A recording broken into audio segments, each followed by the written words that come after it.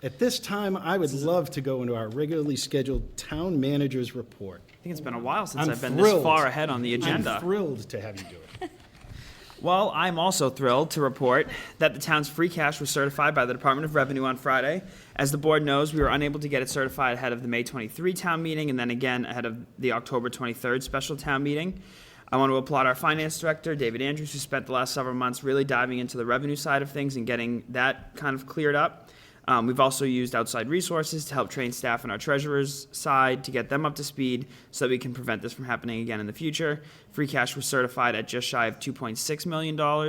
Another notable item that came out of that is that our ambulance enterprise fund, they certified nearly $100,000 in retained earnings, which means that not only was the ambulance enterprise fund completely self-sufficient for fiscal 23, it also had a surplus, if you will, of $100,000, which is a positive term for the enterprise fund.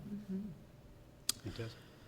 I'm also happy to note that the town's public safety communications upgrade project was completed on time and on budget on April 9th. It was a massive project funded by nearly $700,000 in ARPA funds.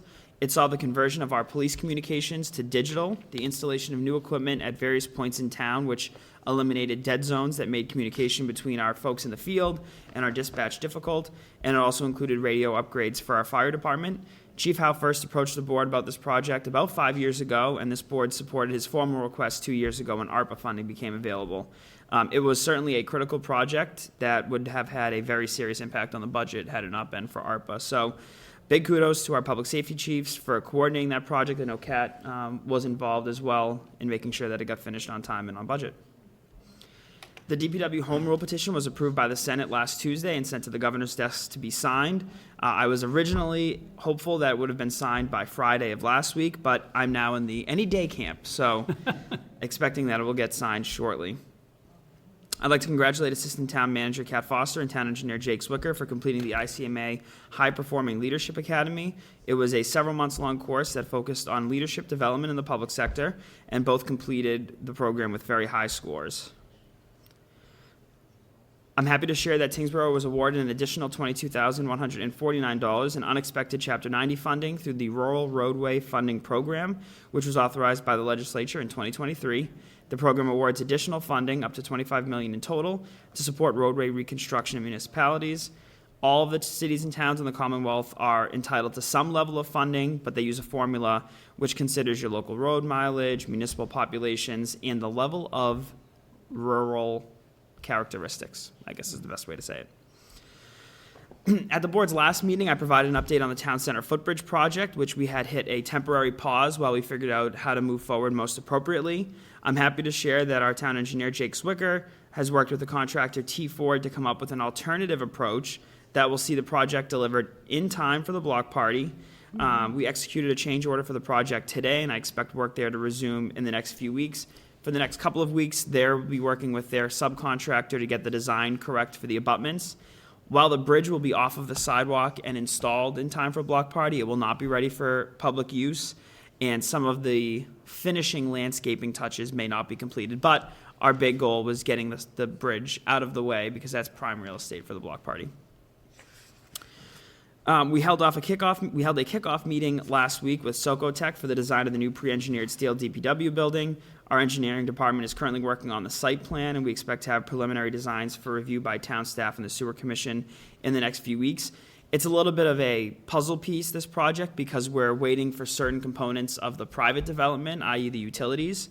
That work has started. I expect that we'll see work for that private portion, if you will, go out to bid at some point this month. That's, of course, being funded by a $2 million Mass Works grant. We'll see utilities be brought to the site, and most importantly, a new driveway. So until the driveway is kind of finalized, it's a little tough for us to completely confirm on the site where the building will be, but fortunately with these types of buildings, that won't slow down the actual design of the pre-engineered building. Last week, the media department launched episode 1 of Entering Tyngsborough, which is a short series of podcasts focused on bringing attention to the various things that are happening in town. The first episode focused on our planning department with a discussion about the town's attempts to comply with the MBTA Communities Act, and just before the meeting released episode 2, which features yours truly talking about the town's budget for the 4,000th time, so there's no excuse, and also Jackie talking about ways that you can get involved as a board member in Tyngsborough. On that note, thank you to everyone who has so far attended our budget office hours. We had very productive conversations at both meetings. They were exactly what we thought they would be, intimate conversations, so that people could really, in a very informal setting, learn more about the budget. We have one remaining tomorrow night at 5 p.m. Kat will be subbing in for me, so if you have questions, you can test her knowledge of the budget. But obviously, if you have questions and can't make it, you can reach our office for more information. I swear I'm wrapping up soon. Just a note about a couple upcoming events. Pre-town meeting will take place on April 30th, right here in the community room at 6 p.m. It's an informational meeting only where we will walk through each article and explain what they mean. There's no debate at these meetings and no votes are taken. The session will be broadcast live and recorded for viewing on demand. The Board of Health will host the Swing into Spring Health Fair on Saturday, May 4th from 11 to 2 at the Old Town Hall.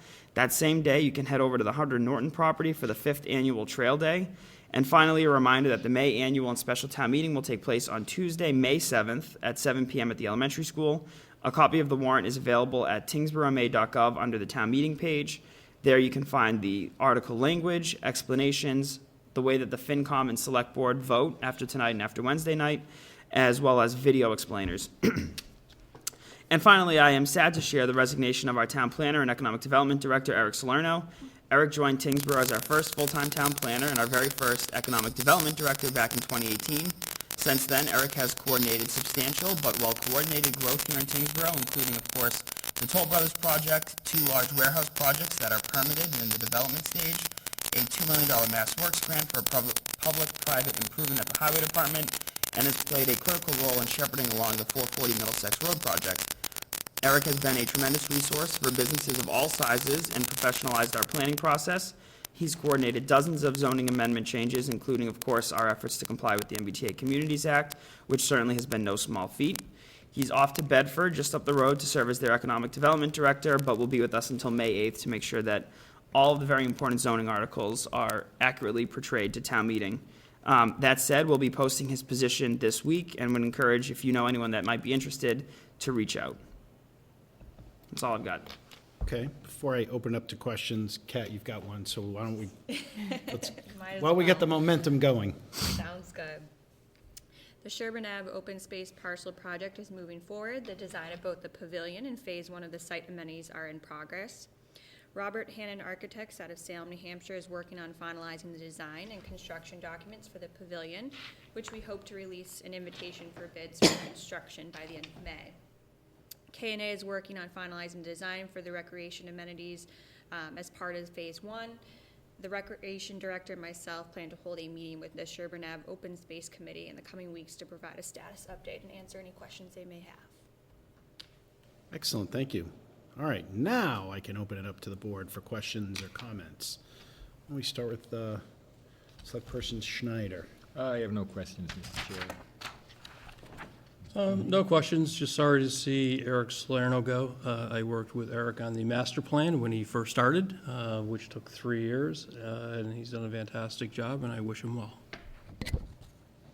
Here, here, same for me. It's a bummer. But Thank you.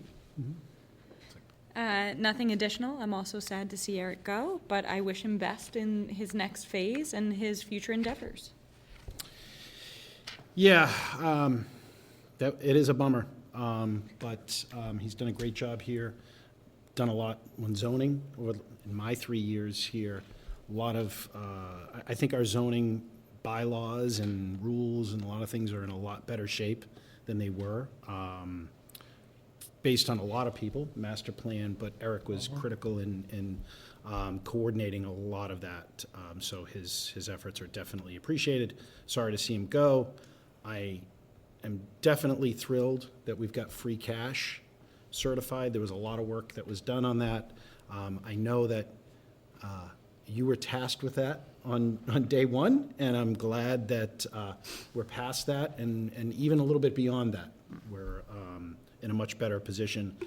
I do also want to shout out to the Public Safety Communications. It's not only was it put in, my understanding is that it's clear, and a lot of the dead zones that we had, no longer exist. And so residents are much safer and are our first responders are able to do their jobs more effectively now. So a lot of work from a lot of people, as Chief Howard indicated, big team effort over a long time. So wanted to have a special shout out on those.